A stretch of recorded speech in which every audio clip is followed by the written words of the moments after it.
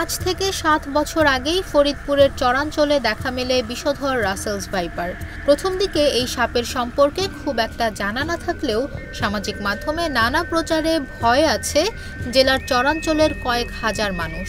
ভয় এসে গেছে আমাকে, রাত বিরাতে বাইরে ভয় করে, এখন এটা আতঙ্কভাবে আমরা চলাফেরা করি। ফরিদপুর সদর উপজেলার 2টি ইউনিয়ন ও চর ভদ্রাসন, সদরপুর উপজেলার পদ্মার চরে কয়েক হাজার মানুষের বসবাস। ভয়ে ক্ষেতের ফসল তোলা বা পরিচর্যাও বন্ধ রেখেছেন তারা। সাপ আতঙ্কে শ্রমিক সংকটও দেখা দিয়েছে এলাকাটিতে। কদিন আগে সাপের কামড়ে এক কৃষকের মৃত্যুর ঘটনায় জনমনে এ আতঙ্ক আরও বেড়েছে। পদ্মা নদীতে পানি বৃদ্ধি পাওয়ায় চরের ফসলের ক্ষেত, ঝোপঝাড়, এমনকি মানুষের বসত ঘরেও এই সাপ দেখা যাচ্ছে বলে দাবি স্থানীয়দের।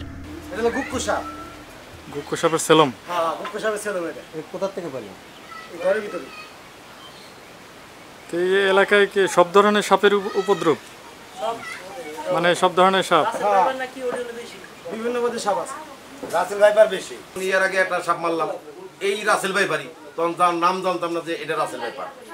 ওই পাইলে দেখা গেছে কাছাকাছি খাড়াই মারতাম, মানে তখন এটা ভয় ছিল না। সাপ চর অঞ্চলে আছে, গুপ্কুই সাপ আছে।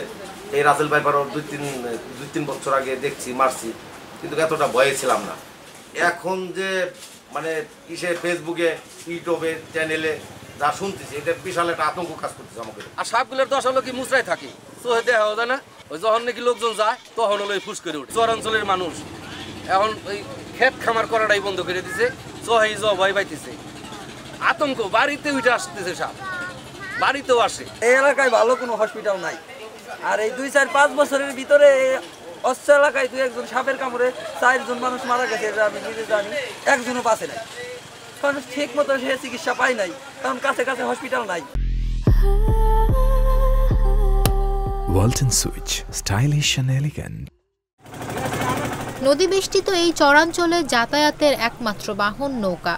সাপে কাটা রোগীকে দ্রুত হাসপাতালে নেওয়ার বিকল্প কোনো ব্যবস্থাও নেই। তাই সরকারি সি বোট বা স্পিড বোটের ব্যবস্থা সহ চরাঞ্চলে হাসপাতাল স্থাপন, চিকিৎসক ও প্রতিষেধক পাওয়ার দাবি স্থানীয়দের। প্রায় 1-1.5 ঘন্টা লাগে উপর আমাদের পার হইতে, এর মধ্যে যাইতে যাইতে রোগীটা বাঁচানো অসম্ভব হয়ে দাঁড়ায়।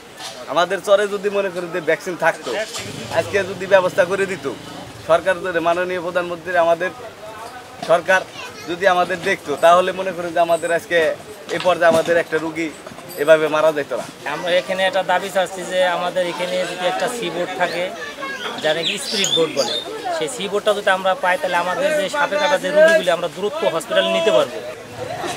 চরাঞ্চলে বিভিন্ন সংস্থার সি বোট, স্পিড বোট আছে, চাইলে যে কেউ এই সহযোগিতা নিতে পারবেন বলে আশ্বাস দেন জেলা প্রশাসক। স্বাস্থ্য কেন্দ্রগুলোতে পর্যাপ্ত অ্যান্টিভেনম মজুদ রয়েছে, তাই আতঙ্কিত না হয়ে সচেতনতার সাথে এই দুর্যোগ মোকাবেলার পরামর্শ দেন তিনি। সামাজিক যোগাযোগ মাধ্যমগুলো অতিরিক্ত গুজব অথবা প্রচারণা চালানোর কারণে মানুষের মধ্যে এক ধরনের ভীতি কাজ করছে, আতঙ্ক ছড়িয়ে পড়ছে। আমরা জেলা প্রশাসন ফরিদপুর এই আতঙ্ক দূর করার জন্য আমরা জেলা এবং উপজেলা ইউনিয়ন পর্যায় পর্যন্ত মাইকিং করে সবাইকে সচেতন করার উদ্যোগ নিয়েছি। আতঙ্কিত না হয়ে সচেতন থাকলে আমার মনে হয় রাসেল ভাইপার না, যে কোনো দুর্যোগ থেকে বড় দুর্যোগকে মোকাবেলা করা সম্ভব। চরাঞ্চল থেকে চিকিৎসা নিতে জেলা সদর অথবা উপজেলা পর্যন্ত আসতে অনেক সময় লাগে। এক্ষেত্রে আমাদের জেলায় জেলা প্রশাসনের স্পিড বোট আছে, উপজেলা প্রশাসনের স্পিড বোট আছে, আমাদের জেলা পুলিশের স্পিড বোট আছে, নৌ পুলিশ আছে, ত্রাণ বিভাগের স্পিড বোট আছে। যদি আমাদের কেউ সহযোগিতা চায়, আমরা সহযোগিতা করব। তাকে দ্রুত চিকিৎসা নেয়ার জন্য যে সাহায্য করা দরকার, জেলা প্রশাসন সবসময় সাহায্য করবে। চরাঞ্চল সহ যে সকল এলাকায় সাপের উপদ্রবের কথা শোনা যাচ্ছে, সেখানকার মানুষদের কয়েক হাজার গামবুট বিতরণ করবেন জেলা প্রশাসন, যাতে ফসলের মাঠে গিয়ে স্বাভাবিক কাজকর্ম করতে ভয় না পান তারা। নিশা মাহমুদা, ইন্ডিপেন্ডেন্ট ডিজিটাল।